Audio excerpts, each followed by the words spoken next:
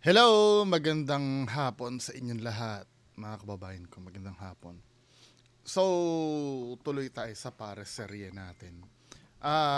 Ako naman, wala naman akong talaga dinidistansya. Hindi kasi marami kasi nagsisend sa akin ito.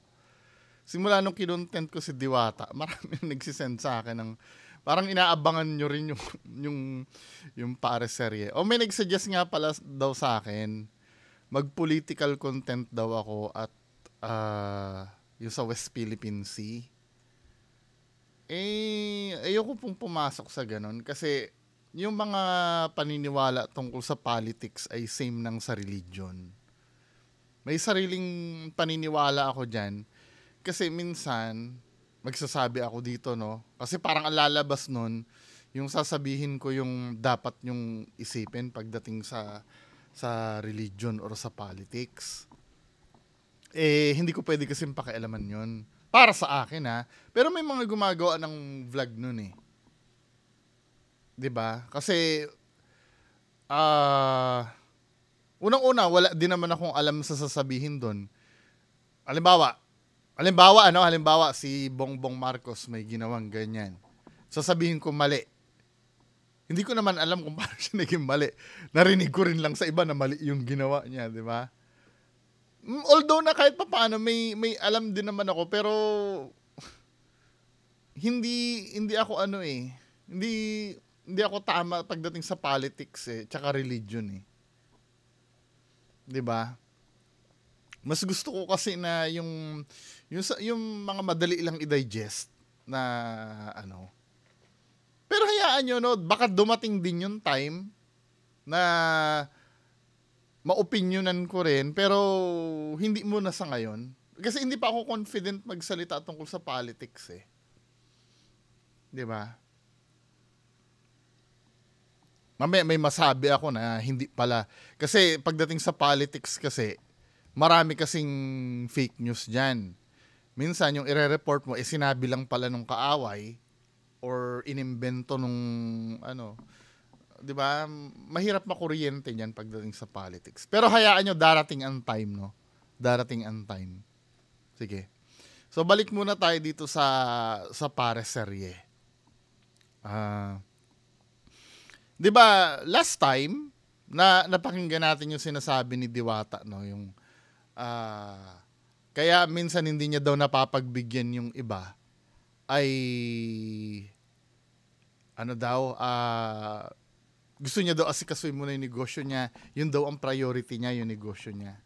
Which is kung i-recap natin yung pinag-usapan natin, kabulshitan yun Kung priority mo ang negosyo mo, priority mo rin yung mga customers mo na pupunta dyan at yung mga fans mo. Marketing kasi yun Sila kasi yung reason kung bakit kumikita ang negosyo mo.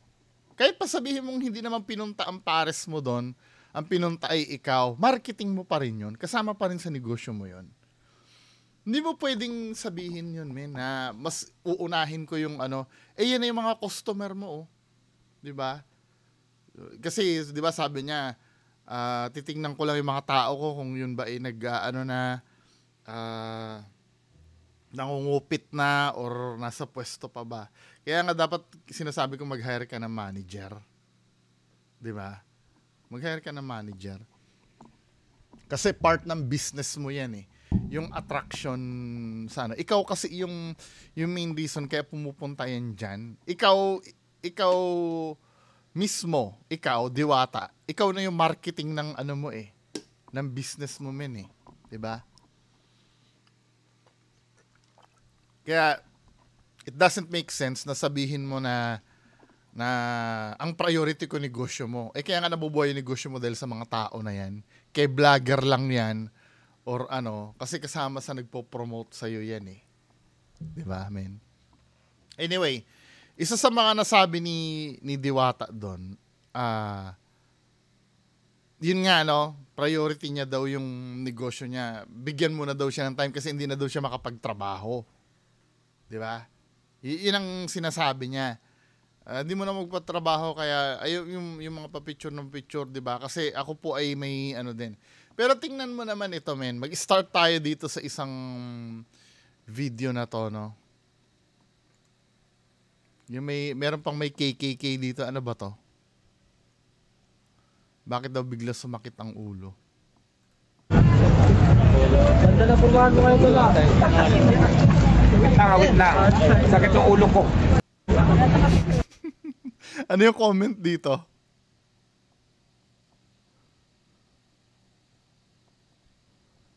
Sabi ganun na isa. Nung si Rosmar daw ang nung si Rosmar ang nagpick sa kanya, nagmamadali pa kahit magkauntog-untog ang ulo sa truck. Ay, nako. Sumakit ang ulo dahil walang nakitang magbibigay ng regalo. 'Di ba? Nagkakaroon na ng Hindi ito kasi yung hindi na balance ni Diwata. Well, yung part na yung part na sinasabi mo na hindi ka after sa regalo. Maybe that's true, 'di ba? Pero let's face the reality sa mga basher ni Diwata. Kahit di naman tayo, syempre uunahin natin yung may nagbibigay. Di wag naman tayo hipokrito, di ba? Talagang kasi ganito yan, men eh. Parang na yon, parang ginagamit na yan eh. Nasa pagkatao na natin yung bilang human. Tama ba yung term ko? Nasa pagkatao. Kumbaga, trait na natin yun as human na tumamo ng utang na loob. 'Di ba? May study tungkol diyan. Yan ay unique sa ating mga hayop, yung pag may binigay na pabor sa iyo. Kaya manood kayo ng yung mga interrogation sa ibang bansa sa Amerika, sa US, yung nag-interrogate sila ng criminal. Nagiging mabait sila eh, binibigyan nila ng kung anong gustong kainin, 'di ba? Nagbibigay sila ng ng parang small favor eh, para in return makuha nila yung cooperation nung ini-interrogate nila. Nasa psychology kasi yan, men eh. Yang magbibigay ka ng kahit pa sabihin mo na wala kang utang na loob doon, once na nagbigay ka ng pabor dyan, may something sa'yo na kailangan i-return mo yon. Diba? Kaya kahit pa paano, hindi ko rin masisi. However, dapat pinapag-aralan din ni Diwata na para hindi masabi ito nung mga kasi diyan siya nasisilipan eh. Yung pagka may regalo daw ay sa kanya daw pinapansin, pag wala hindi niya pinapansin. Yun lang ang pakakaingatan niya. Pero mga kababayan ko, as a human, nasa atin na yan na tumamo ng utang na loob. Sa ayaw at sa gusto mo. Part ng psychology yan eh. Yung kahit na ayaw mo, pero may ginawa sa yung pabor, parang feeling mo kailangang mag-return ka. Kaya nga siguro yung sinasabi nyo na yung si Rosmar daw, nagpa-picture, kahit daw magkauntog-untog ang ulo sa truck daw. Okay lang, kasi may binigay nga si Rosmar. Diba? Hindi naman masama para sa akin yun. Na paboran niya yung mga nagbigay sa kanya. However, pangit nga naman tingnan yun sa public. No? Na wag mo namang ipa-obvious na pag wala kang nakukuha ay hindi mo na pinapansin. Pero at the same time, naiintindihan ko yun. Try nyo yan, try nyo yan sa, pati nga sa di ba? Halimbawa, may ikaw ay ahente, kasama sa training yan, pag agent ka ng sasakyan, di ba? Halimbawa, nasa mall ka, agent ka ng sasakyan, may paparahin ka na customer, kasama sa training yan, men eh. Yung bibigyan mo ng payong para in return bibili sa'yo ng sasakyan. Although na syempre hindi naman tayo tanga-tanga na bigyan mo lang ako ng payong ay bibili na ako ng sasakyan sa'yo. Pero may psychological effect yun, men eh. Yung halimbawa, i-entertain, oy, dito muna kayo habang ini-explain ko po yung mga features ng sasakyan. 'Di ba? Halimbawa, ang binebenta ko ay Toyota. 'Di ba? Ito po ay Toyota Land Cruiser. Upo muna kayo dyan. Gusto nyo po ng kape? Yung mga simpleng ganun kasi, psychologically, nakakaano yun eh. Nakakatulong yun para ma-close mo yung deal. Ito yung sinasabi ko na subconsciously, para ganito yan, naranasan ko na rin pati yan eh. Nung bumili ako ng motor, 2 dealer yung pinupuntahan ko. Kasi, doon sa isa, mas mura. Doon sa unang binilhan ko ng motor ko, medyo mahal ng konti. Pero, todo asikaso naman kasi ako doon. 'Di ba? Dito sa kabila kasi, yan po. Parang walang, yung parang wala ka lang. Dito sa isa kasi, papaupuin ka, pakakapihin ka, or juice. May sandwich ka pa nga eh. Ang napaka-unique yun. Napaka-unique nung dealer na napuntahan ko noon.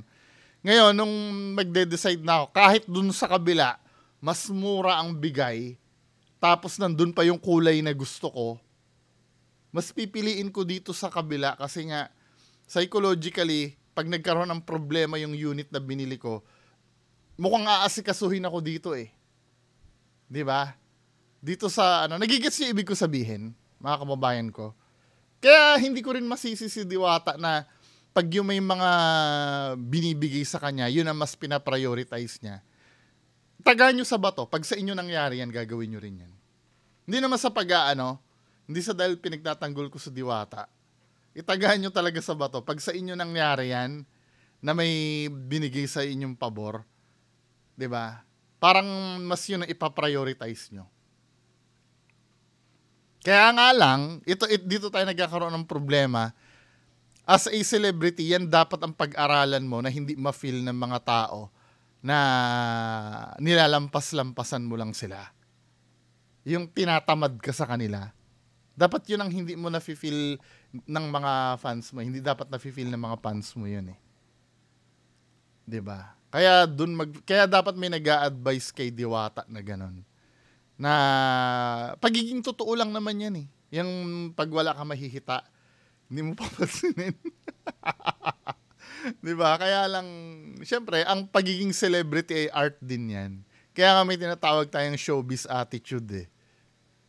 Kahit minsan diring-diri ka doon sa fans, kailangan eh. Dahil doon ka kasi nabubuhay eh.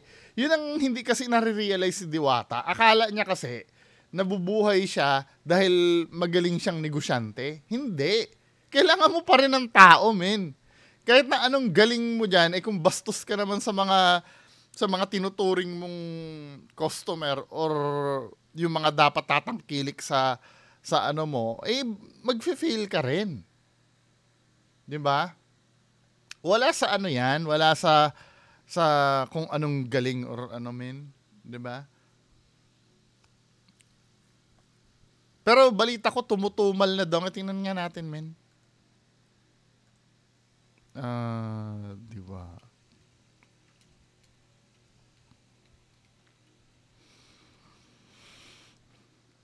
Tingnan nga natin. Na eh. Nagwe-wear off na yung yung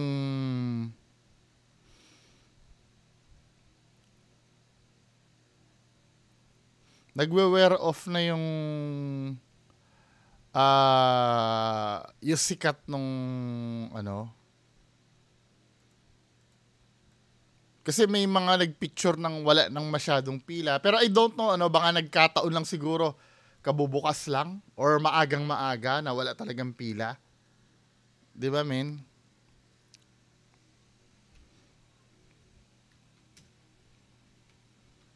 Kaya nga patunay dito na na hindi dahil ito. Mukhang okay tong post na to, katotohanan daw. Ito nga, basahin nga natin to, men. Ang katotohanan sa likod ng leftovers at Diwata Pares Overload. Bakit nga ba may kumakalat na ganitong mga larawan sa paresan ni Diwata? April 22, taong kasalukuyan, dala ng kuryosidad ay pinuntahan ko ang mga kita nyo, hindi naman dahil masarap eh. 'Di ba? May mga bobo na nagsasabi na kung hindi masarap yan, hindi pipilahan. Hindi dahil masarap. Curiosity kasi. Curiosidad. Diba? Gusto mong makiusyoso doon. Yun ang main reason kung bakit pinipilahan. Hindi dahil masarap. Kaya kahit kailan, hindi katwiran yun na, kung hindi masarap, bakit maraming pumipila? Hindi ba pwedeng na na-engganyo lang, men? Ano ba? O hindi, pagpatuloy natin. Dala ng kuryosidad, ay pinuntahan ko ang Diwata Pares Overload. Maaga akong nakarating, pero medyo mahaba na ang pila. Maayos at organize ang pila. Magkaiba pila para sa Pares Overload at Seek and Joy.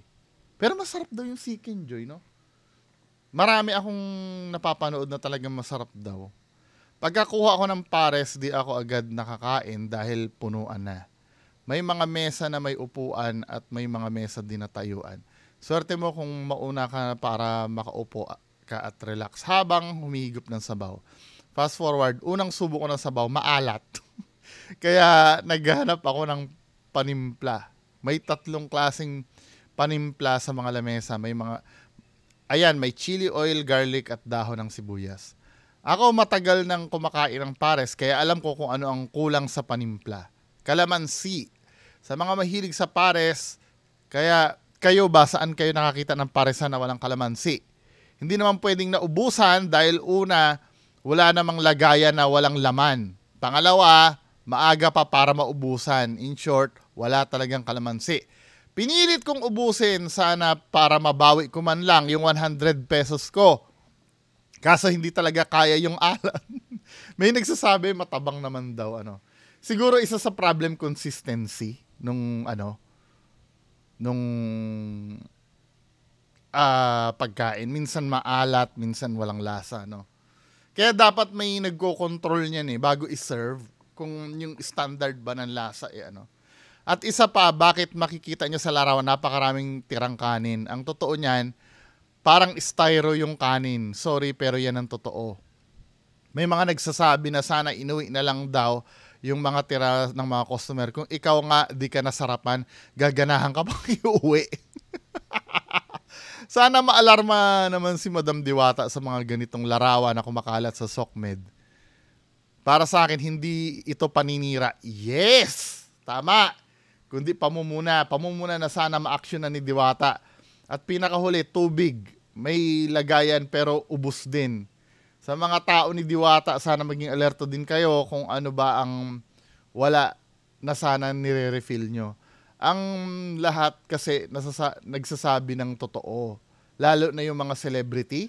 Hindi lahat kasi nagsasabi ng totoo. Lalo na yung mga celebrity. Diyos ko, numero 1 mga sinungaling yan. I do agree, no? Sa tingin mo ba, si Diwata ay mahal na mahal ng tao? Diba? Mahal na mahal ng tao si Diwata. Ikaw, bilang celebrity ka, biglang sasabihin mo, hindi masarap ang luto ni Diwata. Kakayanin mong sabihin yun na harap-harapan kay Diwata nang walang magagalit sa'yo na tao. Diba? Yan ang sinasabi ko Never naman magsasabing hindi masarap yung Pares si Diwata Diba? Imbes na sabihan nila na magpalit ng brand ng bigas at maglagay ng kalamansi kung talagang wala, di sana wala halos makikita ang tira sa lamesa. Paano mo tutulungan ayusin ni Diwata ang parisan kung ang sinasabi mo sa publiko ay puro kasinungalingan? Ito yung sinasabi ko sa inyo. Diba? May bobo na nag-comment sa akin May bobo na nag-comment Baka daw kasi umorder daw uli. Diba? Ayan nakikita nyo yung leftover kasi yung mismong ulam yung tira, hindi yung kanin lang. Kasi sinasabi daw, takaw tingin daw kahit unli rice, di ba? Takaw tingin. Hindi naman unli rice yan may natitirang ang ulam Magtataka ako kung wala ng ulam yan, kanin na lang yung natira, maybe takaw tingin doon sa kanin, pwede. Pero dahil may natitirang ulam pa nakikita nyo naman Ibig sabihin, hindi talaga masarap. Hindi masarap doon sa panlasa na nag-order nito. Maybe may mga nasasarapan dyan, Katulad nito nagsabi, pinilit niya na mas sulitin yung 100 pesos niya. Pinilit niya talaga. Para at least mabawi man lang yung pila at ano. Pero talagang hindi daw masarap. Maalat daw. Di ba, men?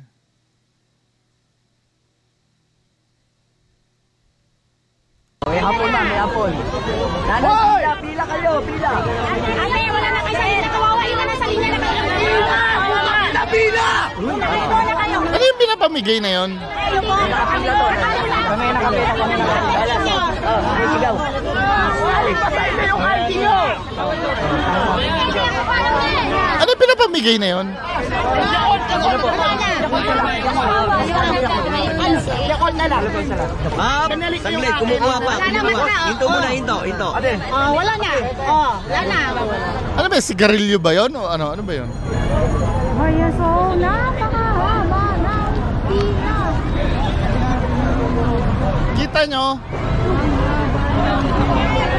Kita nyo, most of these people, hindi naman alam kung ano yung pinamimigay na yun eh.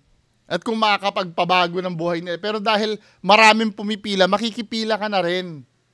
Yan ang gusto ko ipaintindi sa inyo na hindi porket masarap ba kaya pumipila. No! Meron silang yung para maging in ka, yun ang number 1 eh. Ano ba yung binibigay na yun? Tingnan ko nga, ano ba yung binibigay na yun?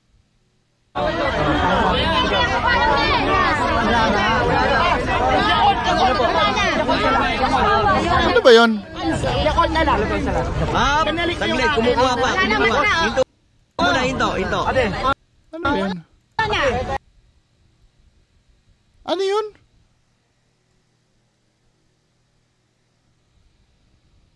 $200, ano ba yan? Hindi ko nagigasan. Wala na. Hintay pa, hintay. Hintay pa, hintay. Hintay lang kayo, hintay. Baka meron pa. Wala na ba? Pila. Pila lang kayo. Ano ba kasi yun? Hindi ko nga natin. Isa lang tapos 5 kukunin. 5 sila. Dito ka, boss. Mini bar. Ano ba yan? Hindi, bukas na to. Sigarilyo! Yossi! Pamigay ko na. Hindi kasi sila siya nakababa ng kotse po. 1:1 lang po. Makikipag-agawan pa ba ako sa kanila? Hindi na. Ayun na lang, maayos ko na.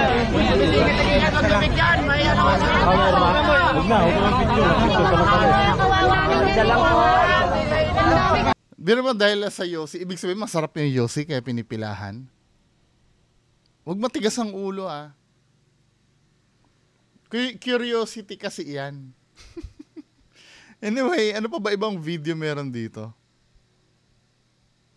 O honest review. Walang personalan mga kabayan. Honest review lang to. Sa lahat ng mga supporters ni Diwata, kalma lang kayo. So yan, titikman natin tong Pares ni Diwata. Isang...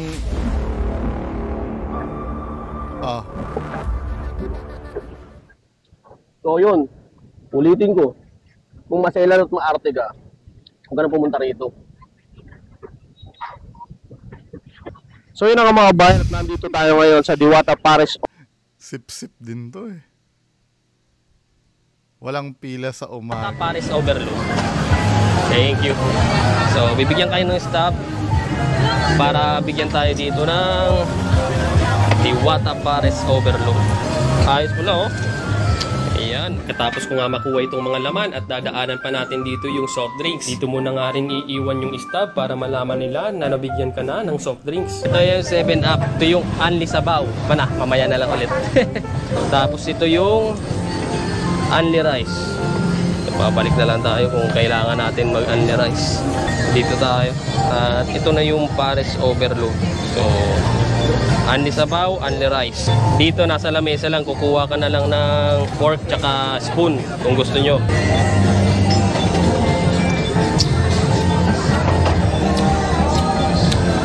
Ayos naman pala eh. Sa mga nagsasabing walang Sip-sip! Isang tikim mo pa lang na men.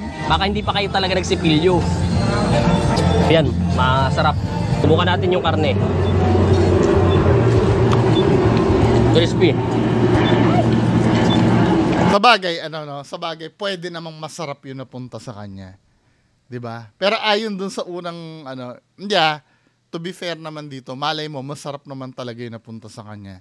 Pero meron na tayong nasasabi na may mga nagsasabi na walang lasa at may nagsabi naman na sobrang alat. Ibig sabihin, hindi consistent yung lasa. May time siguro na masarap. May time na hindi. 'Di ba? Ano tong dito mga pre, walang pila. Kaysa dun. Ano meron dito?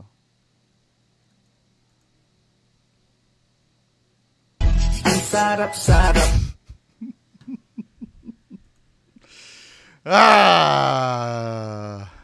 Next. So, dito tayo sa main event na na gusto nyo pumila doon. Di ba? Dito tayo sa next yung main event na re-reactan natin. Ito ito nagva-viral to itong video na to So ito yung may birthday Diwata, birthday ko ngayon. Pabati naman ako. Lipas din yan, kuya. Diwata, birthday ko ngayon. Pabati naman ako. Lipas din yan, kuya. Kung tutuusin, nung napanood ko to nung time, ako yung nasaktan dun sa nagpapabati. Sa totoo lang. Di ba, unang-una, right naman yung time niya Yung parang nasolo niya si Diwata. Diwata, birthday ko ngayon. Pabati naman ako. Lipas din yan, kuya.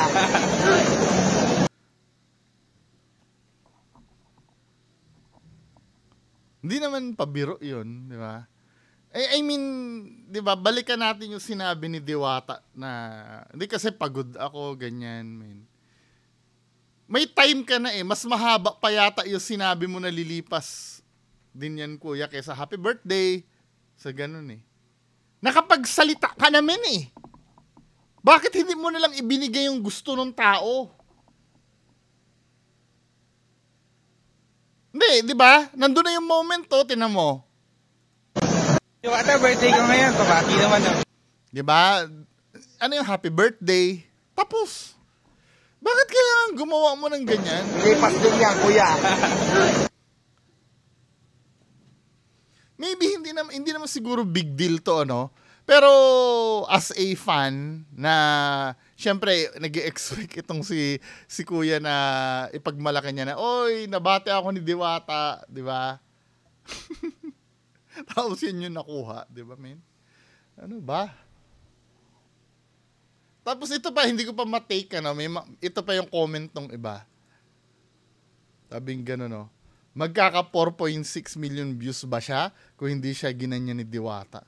Tangina, men. Ano ba mentality ng mga fans ni Diwata niyan? Parang nire-romanticize niya pa yung ginawa, I guess strat lang din ni Diwata yan para mapansin silang maliliit na vlogger. Don't judge. So tingin mo ba sasadyain ni Diwata yon para mapansin yung yung maliliit na vlogger? Napaka-advanced naman mag-isip nito. 'Di ba? Sinasadya ba ni Diwata yan para hindi kayo maniniwala ba kayo sa kabullshita na yon? Nakikita ko nga pagka nagre-react si Diwata doon sa mga nambabash sa kanya. Parang siya nasasaktan siya Tapos sasabihin nyo, diskarte ni Diwata yon, strategy niya lang para mapansin daw yung mga maliliit na vlogger. Bullshit! Don't judge him, lahat tayo ay may mood swing, lol. Tapos biglang sinabi niya may mood swing. Yes, totoo naman to. Lahat tayo may mood swing. Pero yung Diwata mo, celebrity yan Ang celebrity kasi ay trabaho. Pwede mo bang sabihin yan, men? Halimbawa, nagtatrabaho ka, babastusin mo yung customer mo, iintindihin ka dahil sa mood swing mo, tanga! Di ba yung mga dahilan ng mga bobo, hindi ko naiintindihan talaga kahit kailan, Tapos ito pa isa sabing ganun, isang bobo. In fairness, dami din nating nag-iisip ng ganyan. Nakakatulong din siya sa mga pagmamaldita siya. Bullshit. i-justify dahil may mood swing daw lahat tayo. Kasi dapat ang iniisip niyo yung professionalism din eh. 'Di ba? Huwag tayong tanga. Huwag tayong bobo na i-justify niyo 'yon, men. Ano ba? Kasi kung susundin natin yung kabubuhan ng logic na to na may mood swing, kasi nasa trabaho si Diwata trabaho niya pagiging celebrity eh. Lahat tayo unawain na halimbawa nagda-drive-thru tayo sa fast food. Tapos masungit yung kailangan intindihin natin yun dahil lahat naman tayo may mood swing. Gago! Mga katwiran na mga bobo. Di ba, men? Anong trabaho ba meron kayo? Na kailangang i-consider yung mood swing. Dahil lahat tayo may mood swing naman. 'Di ba, men? Hindi mo pwedeng idahilan 'yan eh. Hindi mo pwedeng idahilan 'yan sa sa pag ikaw ay nasa hanap buhay mo na. At hanap buhay ni Diwata 'yan, yung makisalamuha sa mga tao. Sasabihin yung hindi, 'di ba? Siya naman ang pinunta ng mga tao diyan eh. Akala niyo ba yung pares yung pinupunta sa kanya diyan? Maybe maliit na percentage yung pares ang pinupuntahan pero hindi, 'di ba, men? Anyway, ano masasabi niyo dito? Paki-comment na lang po sa baba. Maraming salamat, bye-bye.